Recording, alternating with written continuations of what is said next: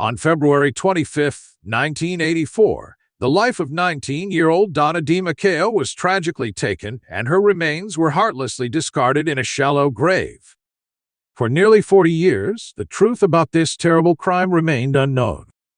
It wasn't until another woman became the target of the killer that the case was finally solved. Why did it take so long to solve the case after almost 40 years? What evidence played a crucial role in bringing justice at last? Hi and welcome back to our channel. If you are new here, please consider subscribing, as it helps us motivate to create more intriguing content for you.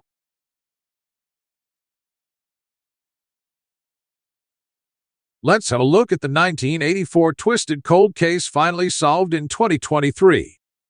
East Windsor is a township located in Mercer County, New Jersey. It is known for its suburban character and its proximity to major cities like Trenton and Princeton. East Windsor offers a mix of residential areas, commercial centers, and natural landscapes.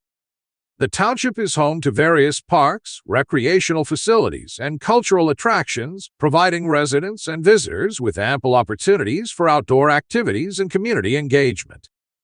Despite this serene setting, it became the backdrop for a heinous crime. Donna DeMaceo's journey began on October 16, 1964, in the town of East Windsor. She was the beloved daughter of Betty Lou Thompson Machow and Ronald Wayne Machow. Over the years, Donna's family grew with the arrival of her younger sister Julie Michaud in 1969. Donna's life took a turn when their mother Betty found love again and married a man named Garland. Together, they formed a blended family, and Donna and Julie embraced their new life with their beloved stepfather by their side. Donna had a zest for life that shone through her love for cooking, sewing, and her job as a legal secretary. She also harbored dreams of a modeling career. To Julie, Donna was a radiant star, always embracing life despite the challenges that came her way. On February 25, 1984, a seemingly ordinary Saturday night, 14-year-old Julie Michaud was relaxing at their family home in East Windsor when she noticed her 19-year-old sister Donna's car parked outside. Julie joined Donna in the basement, and together they spent the night watching scary movies until 2 a.m. Julie then went upstairs to her bed, ready to rest for the night. Their mother Betty and stepfather Garland were peacefully asleep upstairs, unaware of any unusual sounds or disturbances coming from the basement. The following day, on February 26, 1984, Donna was expected to go to work at a law firm. Her absence during the day didn't immediately raise alarm bells. However, as dinner time approached and Donna still hadn't returned home, her mother began to worry. Concerned for her daughter's well-being, Betty decided to investigate by venturing downstairs to check the basement apartment. As Betty entered Donna's usually tidy and organized apartment, she was met with a scene of disarray. It was clear that a struggle had taken place within those walls. The sight of blood-stained clothes and other signs heightened her unease, prompting her to immediately contact the police. When the police arrived, they carefully searched the entire basement, looking for any clues that could unravel the mystery. They discovered faint fingerprints near a table close to the bed. Realizing their potential significance, they collected them as evidence. In the search for answers, investigators made a grim discovery in March 1984. They found Donna Michelle's abandoned and blood-stained car near a sewer plant approximately a mile away from her home. However, despite this lead, the mystery surrounding her disappearance persisted. Investigators tirelessly combed through numerous records and interviewed residents in the vicinity of Donna Michelle's residence, determined to unearth any clue that could lead them to the truth. During this time, they suspected several individuals, including Nathaniel Harvey, a former worker at a nearby farm and resident of East Windsor. Harvey had been apprehended and detained for his alleged involvement in a series of assaults and a chilling murder in the Plainsboro area. However, all leads, including Harvey, did not pan out at that time. In Donna Machow's bedroom, the investigators made a significant discovery, a bodily fluid that raised suspicion. They sent it for testing, but back then, the technology for DNA testing wasn't as advanced as it is today. The testing conducted at that time wasn't precise enough to determine the source of the bodily fluid. However, the investigators didn't close the case. They hoped that someday they would find solid leads to solve Donna Machow's murder mystery. The weight of the tragedy became too much for Donna's stepfather, who tragically passed away just 6 months after Donna vanished. This left the family to bear the weight of their grief alone. Despite this, the family went to great lengths to search for the killer. They hired private investigators, trackers, and even sought the help of psychics. They poured all their resources into the effort, spending every last penny they had. Their hope never wavered. They held on to the belief that somehow, maybe just maybe, their loved one was still alive. They couldn't shake the thought that perhaps she was injured. After exhausting all possible avenues to find the identity of the killer, Julie and her mother made the difficult decision to move to Texas in 1987, seeking solace and a fresh start. However, their journey to healing was marred by misfortune. Their storage unit was burglarized, robbing them of precious memories. The thieves heartlessly snatched away family photos, cherished mementos, and 16 boxes filled with investigation files, adding another layer of pain. 11 years went by, but there was no news. Then, on April 2, 1995, police officers received a call from a Boy Scout troop about a body they found near a cranberry farm. The body was in a bad condition, almost completely decomposed.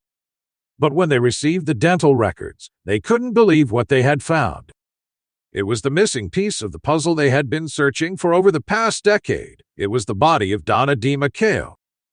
Her body was concealed within a carpet in a wooded area near the cranberry farm, not far from where her car had been recovered.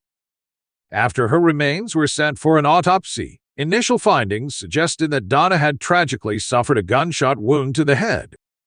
However, as the case investigation progressed, the dedicated experts at the Middle Assault Regional Medical Examiner's Office delved deeper into her remains through careful examination. They discovered that her cause of death was indeed a head injury, although it couldn't be definitively determined as a gunshot wound. Nevertheless, the cause of death was reclassified as evidence of homicidal violence, leading to the continued classification of her death as a homicide. Despite this crucial lead, the investigation reached a standstill, and the case eventually became one of the unsolved mysteries. In February 2022, Mercer County Breakthrough Prosecutor Angelo Onoffer directed the reopening of the Donna Machow case. The case was then handed over to the Office of Public Integrity and Accountability Central Regional Cold Case Task Force, a dedicated group within the statewide cold case network established by the New Jersey Attorney General in 2019. As part of the reopened investigation, all relevant physical evidence, including DNA samples, was carefully resubmitted to the state police's Central Regional Laboratory. This step aimed to leverage advanced forensic techniques and technology in the pursuit of truth and justice. Modern DNA technology played a crucial role in shedding new light on the case. Upon re-examination, the Attorney General's office astonishingly discovered that the bodily fluid found in Donna Michelle's bedroom conclusively matched Nathaniel Harvey's DNA profile. It stood out as the sole genetic material present in the room that could not be accounted for. Nathaniel Harvey, born in 1942 in East Windsor, had a troubled past. From the beginning, he had a penchant for trouble and spent most of his life behind bars. In 1968, he got married, but the identity of his wife remains unknown. Harvey had a long list of crimes to his name, and he was described as a daring intruder by the West Windsor police. He had been convicted of assault, and it was said that he would sneak into unlocked homes, take young women hostage, and commit acts of violence. The authorities always considered him a potential suspect in their search for justice. One such case was that of Irene Schnaps, a resident of East Windsor.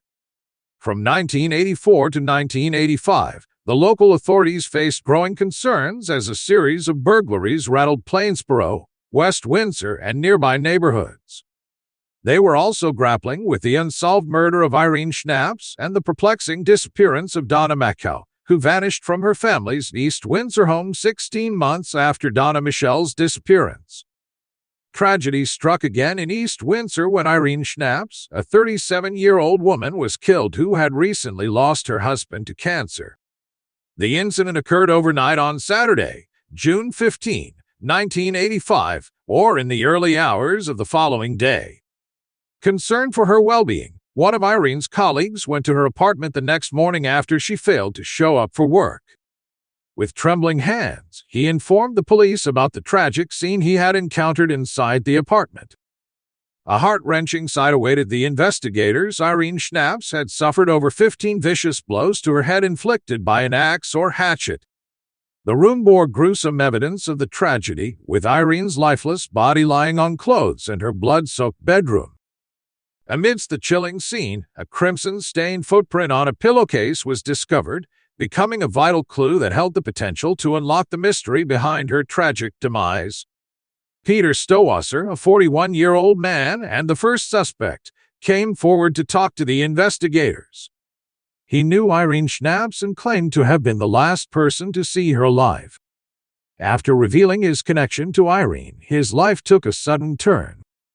The police started visiting him frequently, and on June 17, 1985, he was taken to the Middle Assault Prosecutor's office for intense questioning about Irene's murder.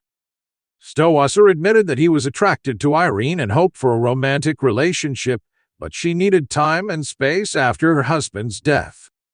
Stowasser remained friendly and invited Irene to social gatherings, but their potential relationship ended abruptly when Irene was killed. The police obtained a search warrant for Stowasser's home and found a quilt with suspicious stains, possibly blood, as well as whitework gloves and a metal strip with reddish spots in his car. Stowasser claimed the stains on the quilt were from another woman's menstrual blood. Despite undergoing a lie detector test and having a history of stalking, Stowasser was eliminated as a primary suspect due to a significant difference in shoe sizes between him and the bloody footprint at the crime scene. The second suspect, Nathaniel Harvey, came to the forefront on October 28, 1985, when he embarked on a crime spree in West Windsor. His attempted abduction of a 13-year-old girl led to his confrontation with a homeowner and subsequent escape. Harvey had a disturbing pattern of using axes to intimidate his victims. He was arrested after being spotted by the police and confessed to a string of burglaries. During questioning, Harvey revealed his abduction of another girl prior to Irene's murder. The 13-year-old girl positively identified Harvey as her attacker. When investigators searched Harvey's car, they found a Seiko watch belonging to Irene, linking him directly to her murder. Harvey initially confessed to Irene's murder but later retracted it, claiming coercion. He was convicted in 1986. But his conviction was overturned in 1990 due to Miranda rights violations. In 1994, he was convicted again based on DNA evidence, which matched his blood and stains found at the crime scene. His conviction was upheld in 1997, despite doubts raised by dissenting justices. In 2005, Harvey's attorney implicated Peter Stowasser as a suspect in both the Irene case and the murder of Donna Mitchell in 1984. Stowasser had been ruled out as a suspect previously, but his connection to Donna and Irene raised eyebrows. Harvey died in prison in 2020, closing the doors on further investigation. In 2023, the Attorney General announced the conclusive identification of the person responsible for Donna's assault and murder. The case finally received closure after decades of mystery. The dedication of law enforcement and forensic experts reminds us that justice knows no time limit. What do you think of our video? Let me know in the comments section below. If you enjoyed this video and want to hear from me again, be sure to hit that subscribe button before you go. Thanks for watching.